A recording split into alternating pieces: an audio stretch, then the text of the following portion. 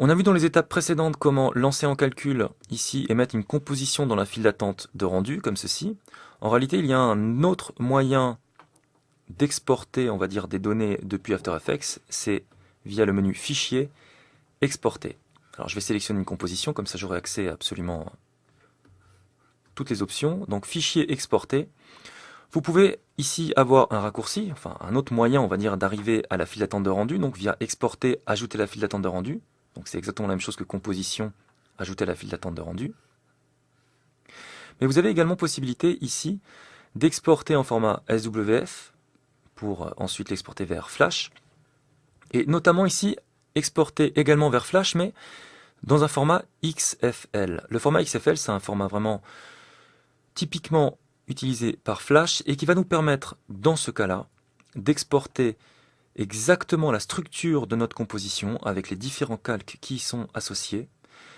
Et de manière ici totalement automatique, il y a certaines compositions qui vont être transformées en symboles directement dans Flash. Donc vous retrouverez la superposition de calques, la structure globale de votre projet After Effects, et vous n'aurez plus après, une fois que vous aurez ouvert ici ce fichier XFL, qu'à rajouter tout ce qui est dynamique, des liens, des boutons, des choses comme ça, par rapport à des éléments que vous aurez animés pourtant dans After Effects.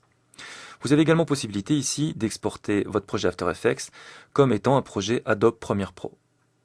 Donc nous, si on se contente pour l'instant ici, on regarde les différents exports vers Flash. Si je sélectionne un export Adobe Flash professionnel ici, XFL, il vous propose ici deux choses. Il vous prévient qu'il y a des calques avec des fonctions non prises en charge. Donc, une fonction non prise en charge entre After Effects et Flash, c'est simple, c'est par exemple un effet de type éclair. Ça n'est absolument pas un effet qui existe dans Flash, donc il ne peut pas le répercuter dans Flash. Vous avez à ce moment-là deux possibilités, soit ignorer cet effet, qui est une fonction donc non prise en charge, soit la pixeliser, c'est-à-dire la calculer. Dans le format ici, enfin dans l'option pixeliser, vous avez deux formats à votre disposition. Vous avez le format FLV, qui vous permet ici un encodage de débit avec un constant bitrate ou variable bitrate. Bref, c'est un codec ON2VP6 avec les options qui y sont associées. Ou vous avez la possibilité de sélectionner une séquence PNG, donc soit un fichier avec de type container, soit une séquence d'images. À ce moment-là, on valide, on sélectionne un endroit ici pour exporter tout cela. Là, je l'avais déjà exporté au préalable, donc je le remplace. Et vous obtenez comme ceci un fichier de type XFL avec un fichier HTML à côté qui résume le type d'export que nous avons réalisé.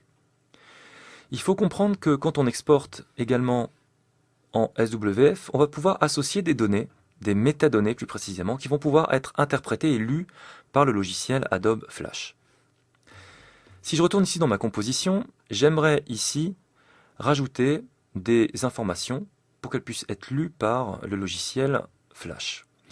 Vous avez possibilité dans After Effects d'ajouter des repères. Ces repères, vous avez plusieurs façons de les créer. Vous drag and droppez comme ceci depuis l'icône qui se trouve à droite. Ça vous crée, vous voyez comme ceci, un repère de composition. Vous avez possibilité d'accéder au raccourci également. Alors, c'est pas le même, moi, dans mon cas, par rapport à des ordinateurs qui disposent d'un clavier avec un pavé numérique. Moi, je suis actuellement sur un ordinateur portable, donc le raccourci, c'est celui-ci. En général, quand on a un ordinateur avec un clavier numérique, c'est autour du raccourci de la touche Astérix. Donc, une fois que vous avez créé vos repères, je vous rappelle que vous pouvez également les créer ici avec le raccourci au niveau des calques. Donc vous avez des repères ici de composition et des repères de calque. D'accord ? Vous avez moyen ici d'ajuster, de mettre des informations quand vous double-cliquez sur l'élément. Vous pouvez mettre un commentaire, par exemple ici on va mettre que c'est départ de la vidéo. Je valide, et là vous avez ici un petit onglet avec écrit départ de la vidéo. Évidemment vous pouvez l'ajuster comme bon vous semble.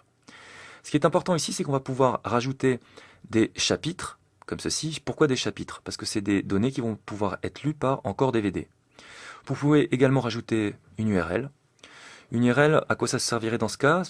Là, si j'exportais mon fichier et que je le calculais en format QuickTime, ça serait une donnée de la forme de métadonnées qui serait ensuite à la lecture du fichier QuickTime appelé, et vous auriez le navigateur par défaut qui serait ouvert, et ici, le site internet serait appelé de manière automatique.